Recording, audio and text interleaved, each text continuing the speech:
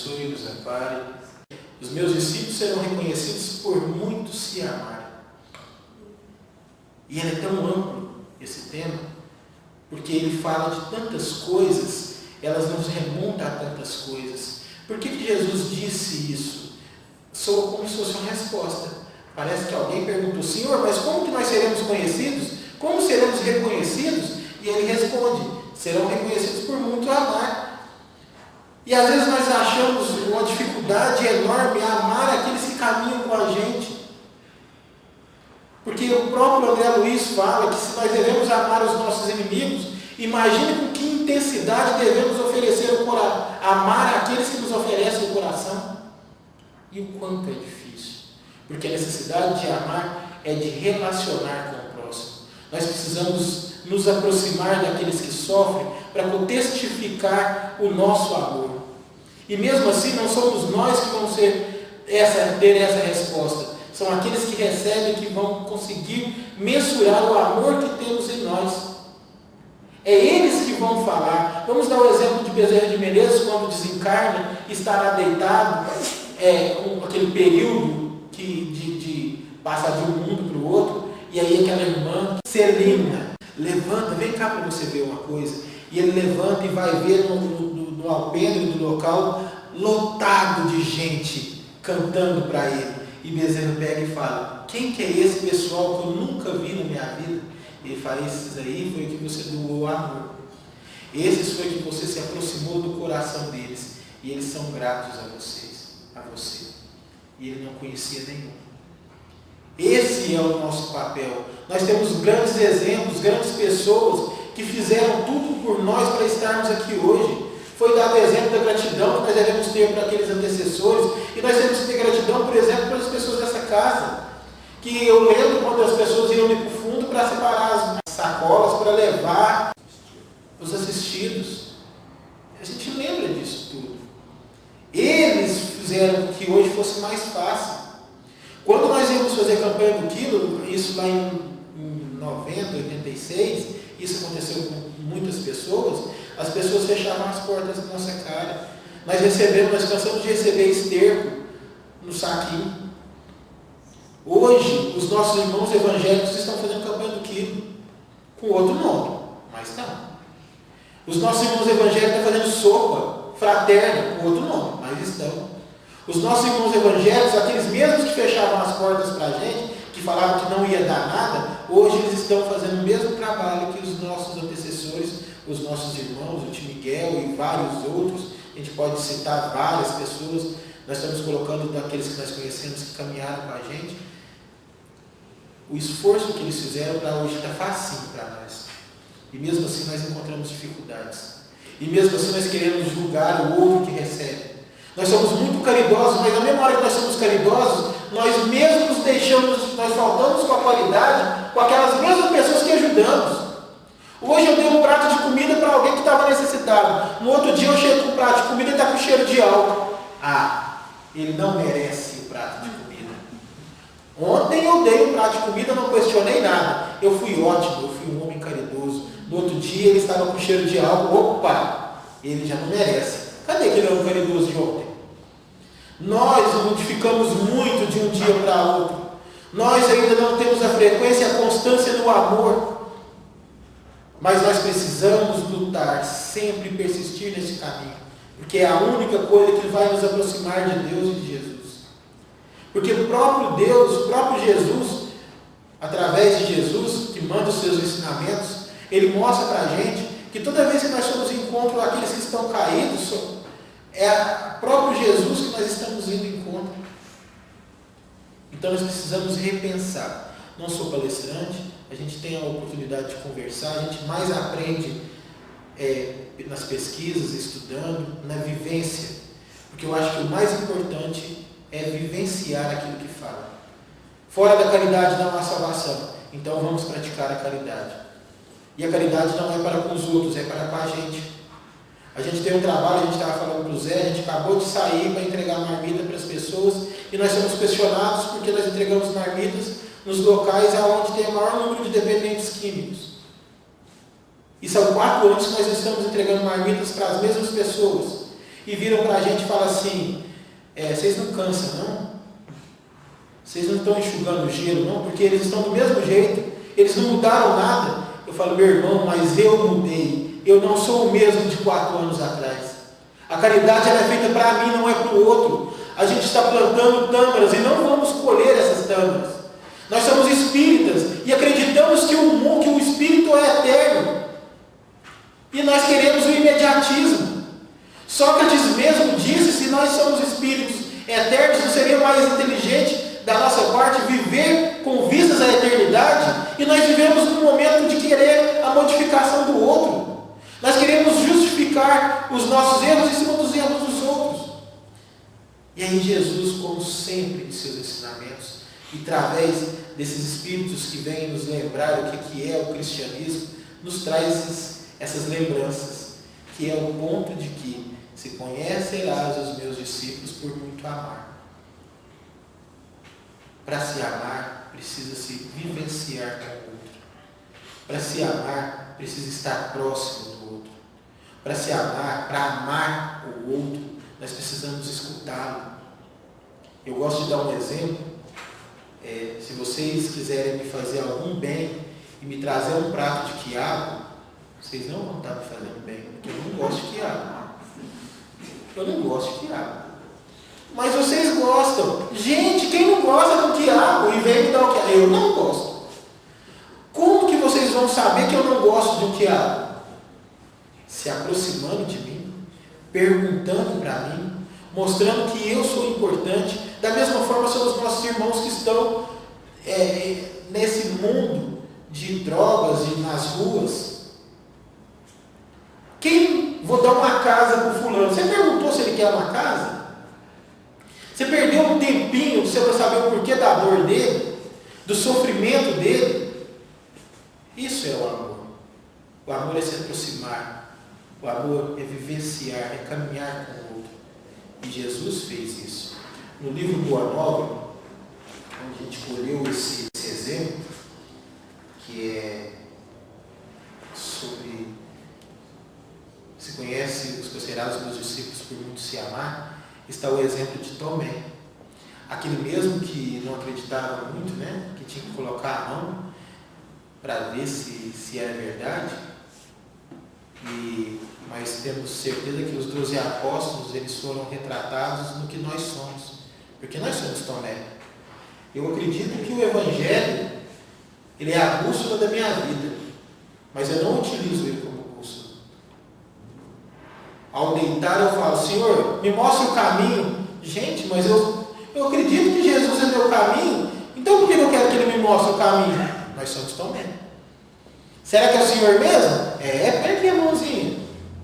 E ainda tem gente que fala assim, se o Espírito aparecer para mim, eu ainda corro. Eu vou embora. Eu não quero nem saber dele. Então, nós temos um pouquinho do Tomé. E o Tomé ele era preocupado. Ele tinha os seus anseios da mesma forma que nós temos.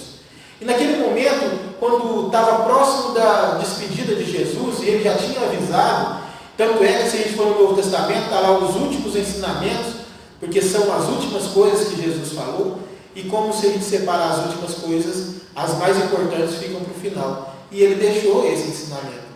Então, sabendo disso, Tomé ficou preocupado. Como que eles vão nos conhecer, mestre? Porque quem vai dar valor para 12 pessoas, 10 são pescadores, um cobrador de imposto e um comerciante. Se os outros lá, os fariseus, os sacerdotes andam bonito, arrumadinho, quem que vai olhar para a gente e vai falar, aquele povo lá é bonzinho? É mais fácil falar assim, nossa, aqueles ali é tudo atrapalhado, né? Um bando de pescador andando atrás de um carpinteiro. E Tomé tinha essa preocupação.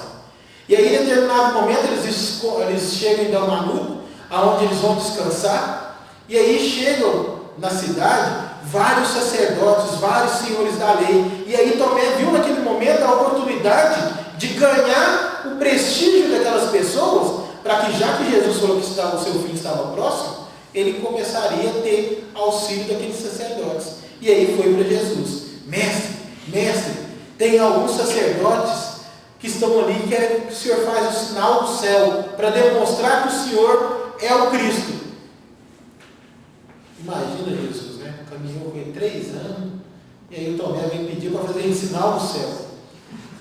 Ele ficou calado, interpretando o desejo daquele irmão. Aí o Tomé saiu, voltou de novo, e Jesus com o mesmo jeitinho: mestre, não podemos perder a oportunidade, vai lá, vai só um risquinho no céu, eles vão ajoelhar no seu pé e pronto, vai estar feito. E Jesus mais uma vez olha para ele, como não acreditando, não entendeu nada. Na terceira vez, ele pede de novo para Jesus, e Jesus fala: Tomé, não são por esses sinais que nós vamos trazer as pessoas para o nosso lado. Os nossos sinais são outros. E aí Tomé fala, baixa a cabeça, né? E fala: então, qual que é o sinal?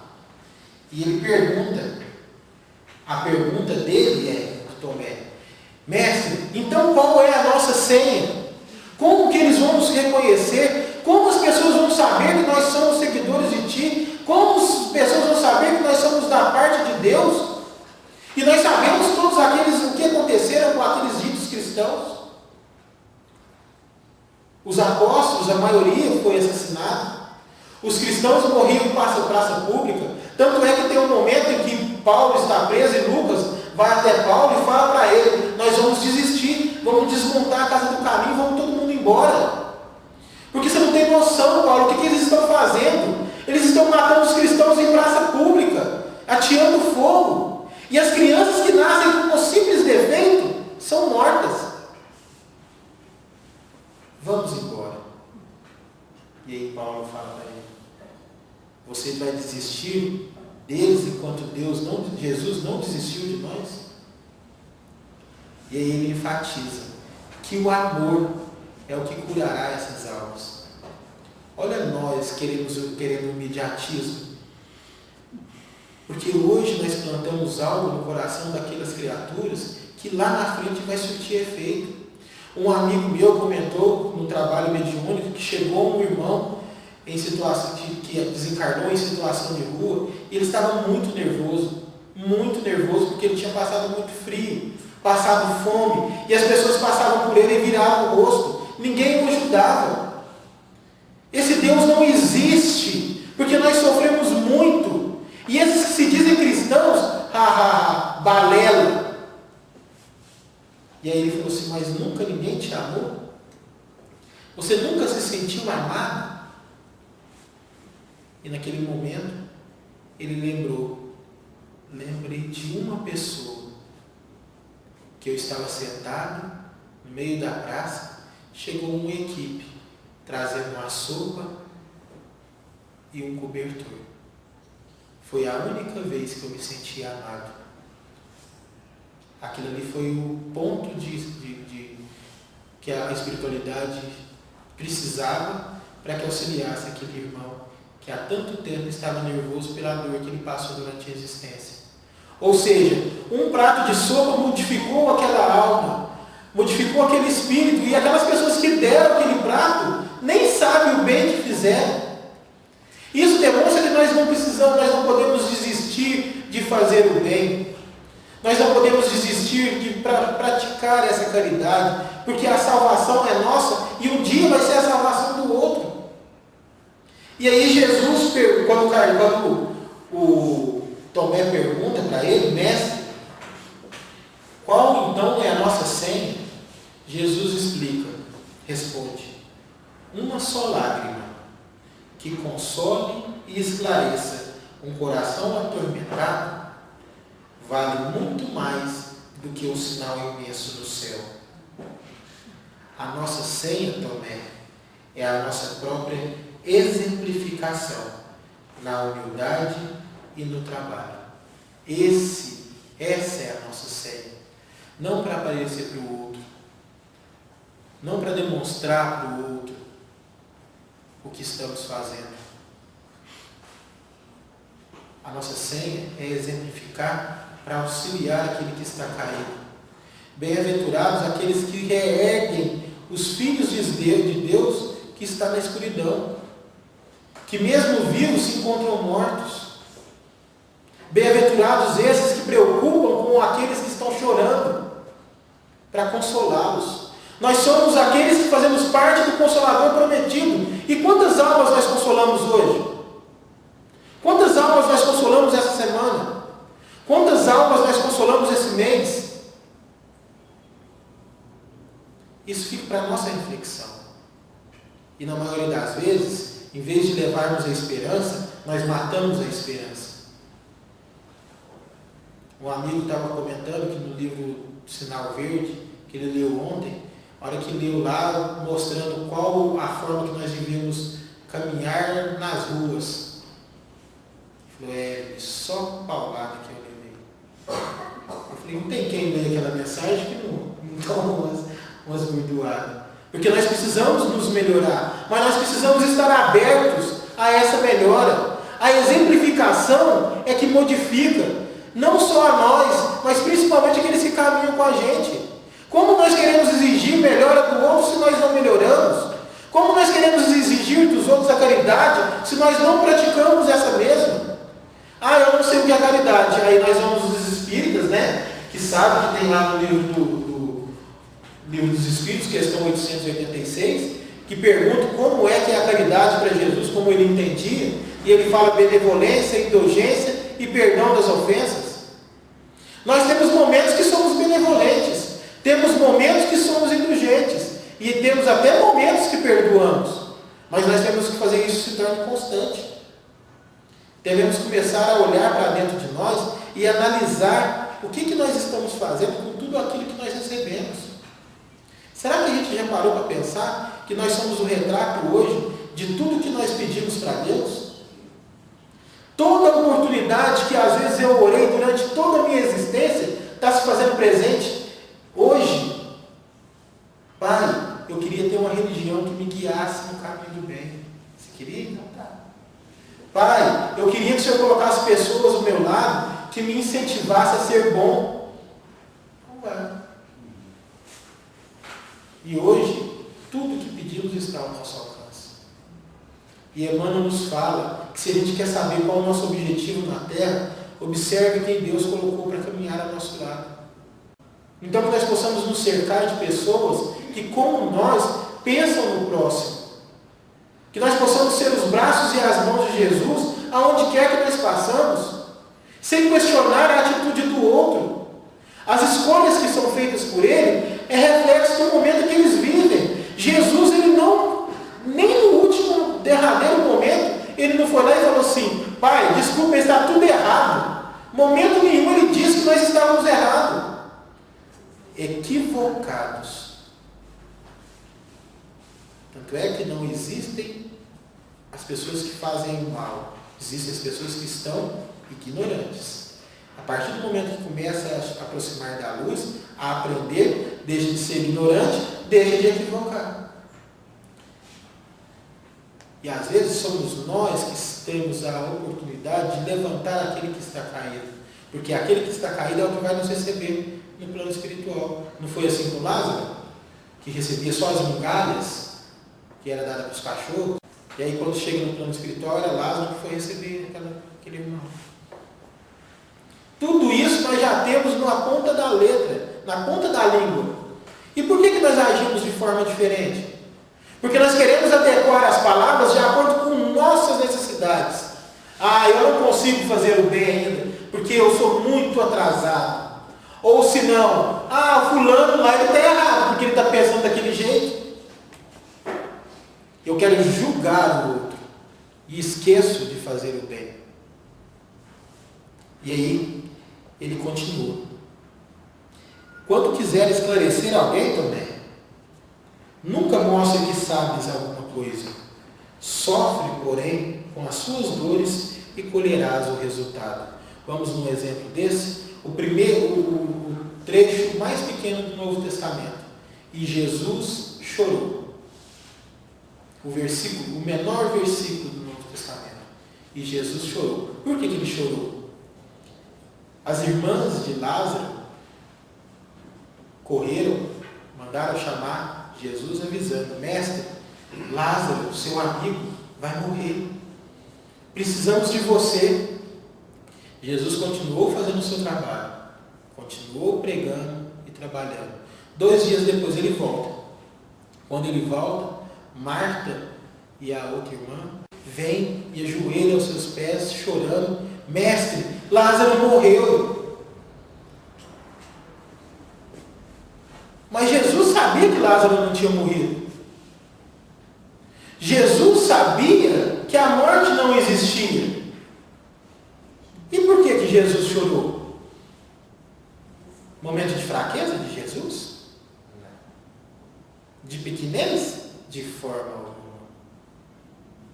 Mas ele não poderia demonstrar que ele sabia. Ele se coloca na altura daquelas irmãs que estavam chorando e sofre junto com elas. E é isso que ele disse: quando quiseres esclarecer o espírito de alguém, não mostre que sabe. Sofre, porém, as suas dores e colherás melhores frutos. E foi isso que Jesus ensinou. Nós não precisamos doutrinar ninguém com palavras. Nós temos vários exemplos. O próprio Francisco de Assis, quando estava próximo ao desencarne, ele pega e fala para os seus seguidores: vai e leva o Evangelho de Jesus a todos, mas só use a palavra se for necessário. Porque Francisco de Assis entendeu que era através do exemplo. E aí tem um padre da antiguidade que fala: por que será que antes poucos modificavam muitos e hoje muitos modificam poucos? Porque nós estamos rasos. Nós não colocamos essa doutrina maravilhosa ao pé da letra para nos transformar. É muito fácil nós sairmos daqui maravilhados com tantos ensinamentos, mas na hora que nós saímos do lado de fora, a pessoa vem para pedir um dinheirinho, nós subimos o vidro do carro e nem damos atenção para ele. Ah, Vinícius, ele vai pegar o dinheirinho dele e vai comprar uma pinguinha. E aí? Eu posso julgar? E o que eu carrego dentro de mim? Às vezes não é um vício até maior do que aquilo ali? Porque aquilo ali está fazendo mal para ele. É lógico, tem os familiares. Mas às vezes eu mato a esperança de um filho, de uma esposa, de um marido. Então nós precisamos repensar a nossa existência. Precisamos analisar aquilo que está acontecendo com a gente e pedir a Deus para que nós possamos enxergar o que Ele espera da gente. Ele fala: se te interessas por um amigo, suportas os seus infortúnios e as suas imperfeições, anda em sua companhia em dias amargos e dolorosos. Todos nós concordamos que Jesus é o Espírito mais perfeito que esteve na Terra, certo? Se a gente pegar as escalas dos Espíritos, que está no livro dos Espíritos, o Espírito perfeito ele não precisa mais encarnar, certo? Não precisa. Ele encarnou, ele veio. E o que ele disse para os apóstolos nas últimas semanas? Já não chamo vós mais de apóstolos. E agora eu chamo vocês de amigos. Porque Deus os revelou tudo aquilo que eu sei. Então, recapitulando, quando se interessa por um amigo, suporta dores e infortúnios. Anda em sua companhia nos seus dias amargos e dolorosos. O que aconteceu com Jesus? O que ele suportou foi por quem? Pelos seus amigos. Ele andou em dias amargos e dolorosos por quem? Pelos seus amigos. E quem são os amigos? Somos todos nós, porque o Pai que está no céu é que nos revelou tudo isso que nós sabemos. E no final disso tudo, Tomé se viu no momento em que Judas entrega Jesus e ele é levado, e todos os apóstolos fugiram, exceto João e sua mãe, que ainda caminhou junto com ele. Mas aquilo mexia, aqueles ensinamentos mexiam com Tomé. e ele, por medo de o reconhecer, ele acompanhou Jesus com outra roupa para que ninguém o visse. E ele caminhando com Jesus, nos últimos momentos, ele olhava ele carregando aquela cruz, com os braços todos sujos, machucados, com as mãos, com o rosto, e ele questionando, porque Tomé questiona, né? Será que é ele mesmo, o Salvador? Coitadinho dele, carregando essa cruz desse jeito. E ele olha as suas mãos, pingando de sangue. E Tomé faz a seguinte análise: esse homem que doou tanto para tantos, agora com as suas mãos todas machucadas de sangue, será que ele é o mestre? E continuou andando. Os pés dele tudo machucado e ferido, esses pés que levaram em locais onde ele levou a consolação a tantos, e agora todo machucado, será que ele é o mestre? E no final, quando ele é colocado no madeiro, ele é cravado a coroa de espinho, ele fala, essa cabeça que rodeava de pensamentos positivos, de coisas boas, de amor, nesse momento está cravado de espinhos, onde o sangue está escorrendo no seu rosto. Será que ele é o mestre? E aí, no final, andando aquele caminho junto com ele, eu vou ler esse pedacinho porque eu acho muito bonito. Seus pés, que tanto haviam caminhado para a semeadura do bem, estavam ensanguentados. Suas mãos generosas e acariciadas eram duas rosas vermelhas, gotejando o sangue do suplício. Sua fronte, que haviam abrigado os pensamentos mais puros do mundo, mostravam engerados de espinho. E Tomé se pôs a chorar. Mas aproximou-se ofegante da cruz e, deixando-se perceber, Jesus olha no meio da multidão e encontra Tomé e diz: Tomé, no Evangelho do Reino, o sinal do céu tem que ser o completo sacrifício de nós mesmos. E o apóstolo compreendeu as palavras e chorou amargosamente. Nós precisamos compreender o que Jesus veio fazer aqui. Através da proximidade de Jesus, que eu não vejo de outra forma senão a prática da caridade. Não tem como se aproximar de Deus se nós não estivermos amando os outros, amando o próximo. Não tem como, não existe outro caminho. É fora da caridade, não há salvação. Este é o caminho. Certa vez, nós estávamos nesse trabalho da gente e uma preocupação enorme, porque várias pessoas questionando, e nesse dia, em plena pandemia, eu estava em Araxá, e uma pessoa achou meu telefone e ligou para mim e falou: Vinícius, vocês entregam marmitas nas ruas? Entregamos. Nós fizemos 150 marmitas, só que eu não tenho coragem de entregar. Você entrega para nós? Eu entrego. E eu lá em Araxá, falei assim, gente, e aquela coisa, aquela angústia, aquele pensamento ruim durante o dia, e aí aquela mulher me achou, era uma católica que tinha feito a marmita na casa dela. Eu falei, não, pode deixar que eu vou buscar. Cheguei na casa dela às 6 horas, e eles estavam terminando de montar. Só que ia demorar. E eles falaram 150, em cima da hora tinha 250. E eu no carro pequeno, eu tinha levado as caixas só para 150. Falei, meu Deus, onde que eu vou pôr tanta marmita? Só que eu não posso desanimar eles, né? Eles fizeram com tanto amor, para que eu vou colocar empecilho? Eu vou rir para eles, não, vai dar um jeito. E aí eu liguei para minha esposa, falei, você vai direto para casa, porque não te cabe dentro do carro, não. Tem muita marmita aqui. Só que eu naquela angústia, porque a gente tinha sido, muitas pessoas estavam colocando para a gente que nós estávamos enxugando gelo. Isso lá no início, a gente ainda não compreendia. E a gente sempre fazia nossas orações e pedia, Senhor, mostra para a gente o que nós precisamos. Olha o Tomé, mostra para a gente se a gente está no caminho certo. Fui lá, peguei as marmitas, arrumei, marmita para todo lado dentro do carro. E fui lá com esperança. Primeira pessoa que eu encontro, um senhor, numa bicicletinha velha, com uma enxada na bicicleta, e eu, naquele mau humor, porque eu estava o dia inteiro chateado, cansado, com tanta coisa, eu parei o carro, abaixei o vidro e falei, o senhor aceita uma marmita? Ele falou assim, ô meu filho, não acredito. Você me dá então? Eu dou uma marmita, entreguei uma marmita. Só que eu quero conversar. Você quer conversar? Você pode conversar comigo? Eu falei, posso, né?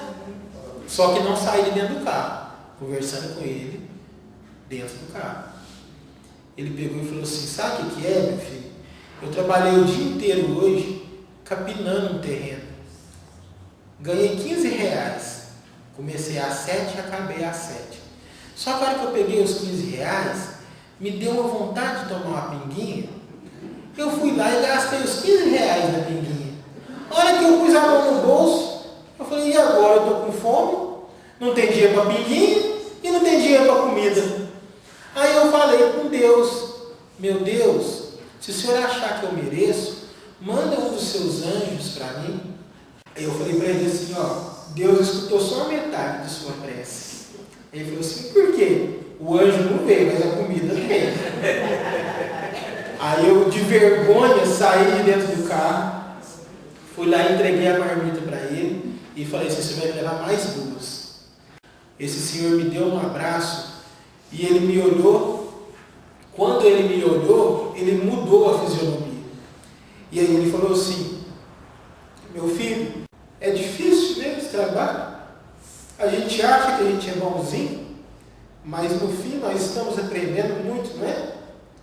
Não desiste de nós, não, porque a gente precisa de vocês. Aí eu peguei e falei assim, deixa eu dar um abraço. Aí ele voltou, normal, né? A gente que a gente convive mais de perto. Eu entendi a lição. Eu falei, eu posso dar um abraço no senhor? Ele falou assim, não, eu estou sujo. Eu falei, não, senhor, eu estou sujo. O senhor não está sujo. Então nós devemos estar abertos às lições e nós só vamos escutar a Deus se nós aproximarmos de Deus.